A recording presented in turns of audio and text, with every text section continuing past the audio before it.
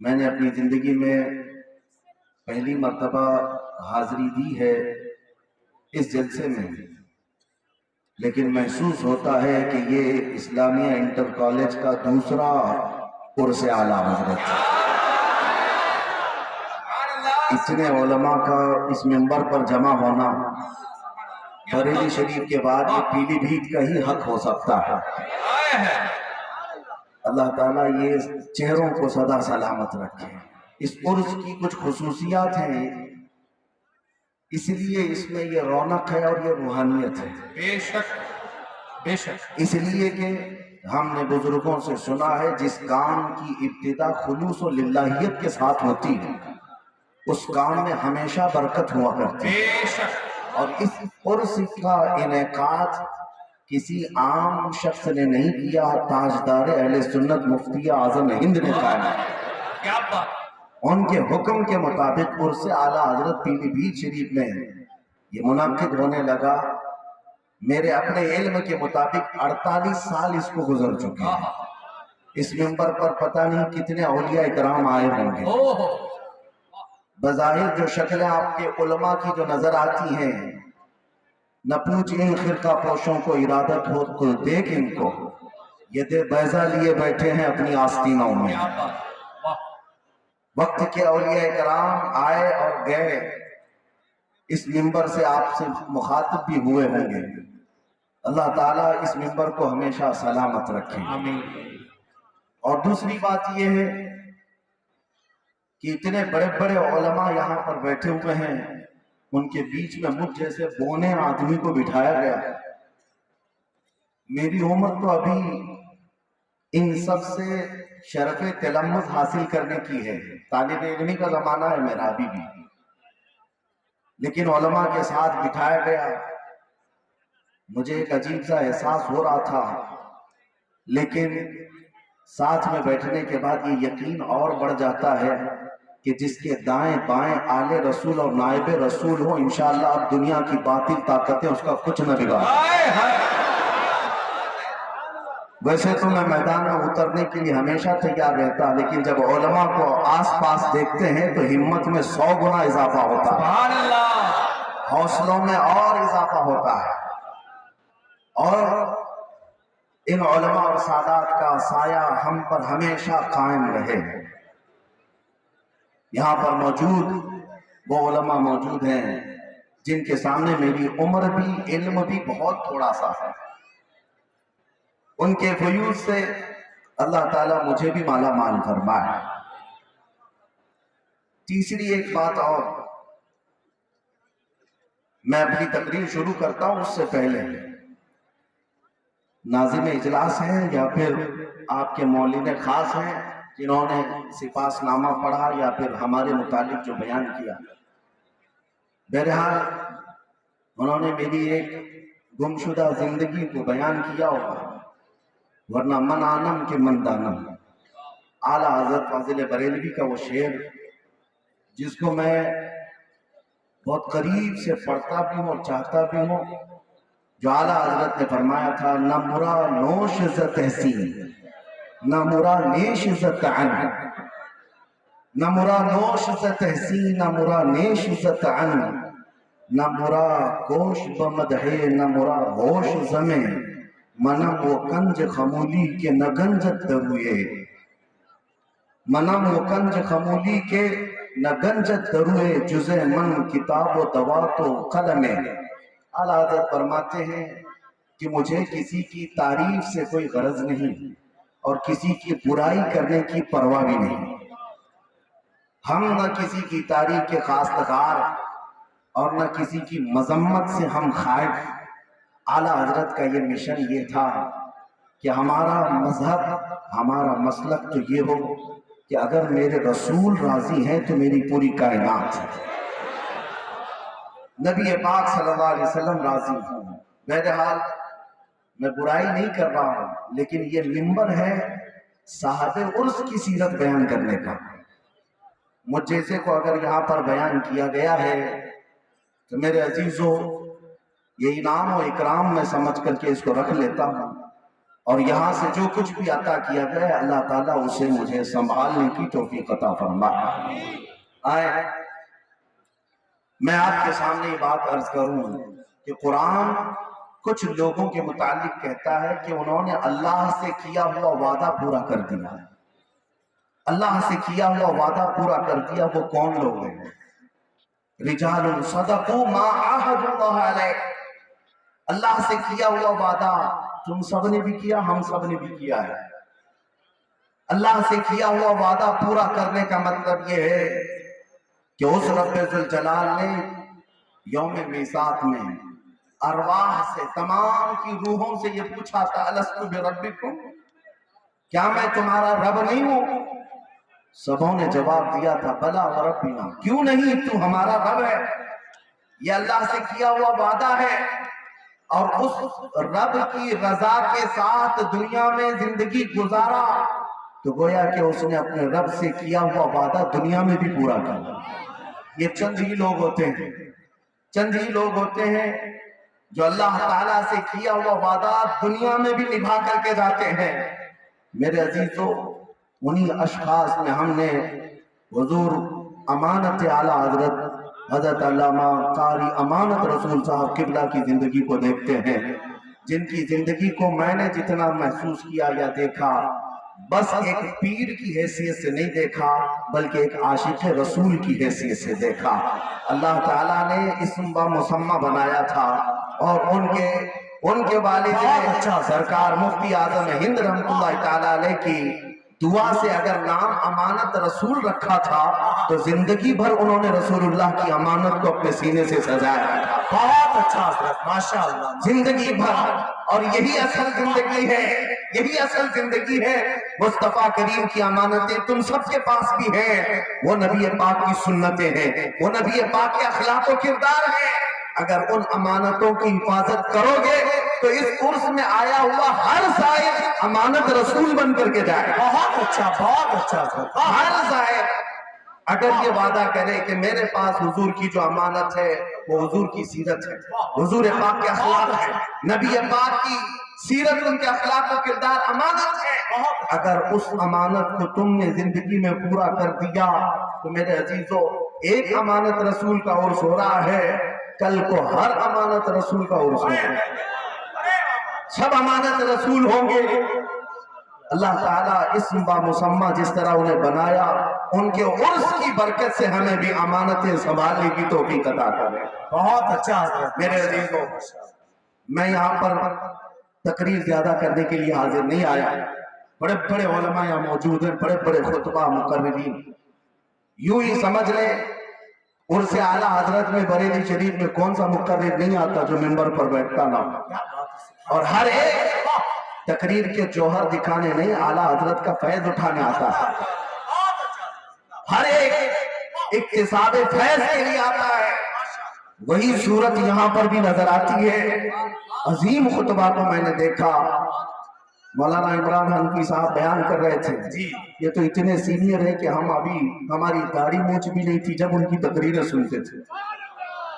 میرے عزیزوں، بڑے بڑے پائے کے علامہ سید کفیل ہاشمی صاحب، یہ وہ علماء ہیں جو ہمارے اساتذہ سے بھی عمر میں بڑے ہیں۔ سبحان اللہ، سبحان اللہ۔ لہٰذا میں یہاں پر جو حاضر آیا ہوں وہ صرف فیض کی چند چھینٹیں اپنے دامن میں لے جانے آیا، اس لیے کہ اب میں ایک بات کا ازالہ بھی کر دوں، وضاحت بھی کر دوں۔ شاید حضرت علامہ مولانا رضا رسول صاحب، اللہ تعالیٰ ان کے اقبال بلند کرے، آمین آمین، ماشاءاللہ۔ عرس 48 سال سے چلتا آ رہا ہے، لیکن اس عرس میں مجھے بلا کر شاید وہ تھوڑا بہت تو ڈگمگا گئے ہوں گے، اسی لیے نہیں کہہ رہا ہوں کہ گھبرا گئے ہوں، حالات ایسے ہیں کہ انہیں پتا ہوگا۔